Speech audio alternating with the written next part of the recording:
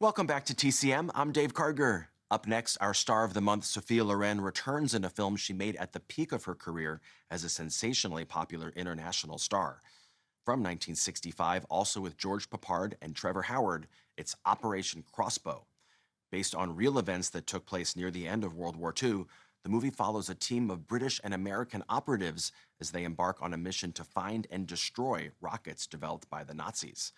Operation Crossbow was produced by Carlo Ponti, who had been Sophia Loren's partner and mentor since the beginning of her career. They eventually married and remained together very happily for more than 50 years.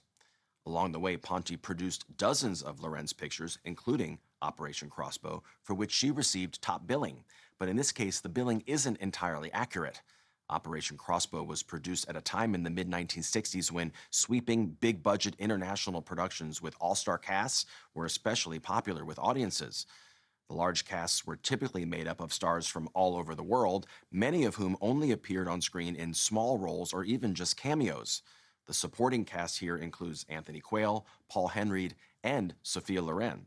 As you'll see, her role is much more like a cameo, despite her top billing in the credits. At this point in her career, Loren was such a box office draw that putting her name first was a surefire way to attract audiences. Since the production was filmed in bits and pieces and shot out of order, Loren didn't get to work with or even see many of the other actors in the big ensemble cast. One of her co-stars, Tom Courtenay, said he never met her at all. From director Michael Anderson in 1965, also with John Mills and Richard Johnson, here is Operation Crossbow.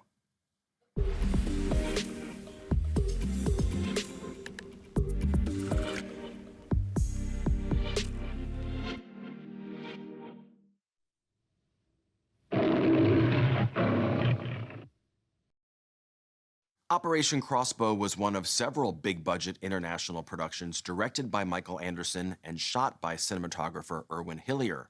A year later, they repeated the formula with the Quiller Memorandum and then followed that with the 1968 Cold War drama The Shoes of the Fisherman. You may have also noticed in the credits that the screenplay for Operation Crossbow was written by Richard Imrie, Derry Quinn, and Ray Rigby. Richard Imrie was actually a pseudonym for the legendary filmmaker Emmerich Pressburger. In the 1940s, Pressburger and director Michael Powell made some of England's most acclaimed and successful films, including Black Narcissus, The Red Shoes, and A Matter of Life and Death. But by the 60s, Pressburger had fallen on hard times and needed work. He took credit for his work under the name Richard Imrie because he hoped that the new unknown name would attract new opportunities. Unfortunately, it didn't exactly work. After Operation Crossbow, he wrote only 2 more screenplays, both of which reunited him with Michael Powell. They're A Weird Mob from 1966 and The Boy Who Turned Yellow from 1972. On that last film, Pressburger returned to using his own name, credited as both screenwriter and producer. Up next, Sophia Loren joins another all-star cast in a suspenseful World War II drama from 1978. Next on TCM, Brass Target, then 40 Takes Willie, and later, Boys Night Out. Don't wait up for James Garner tonight.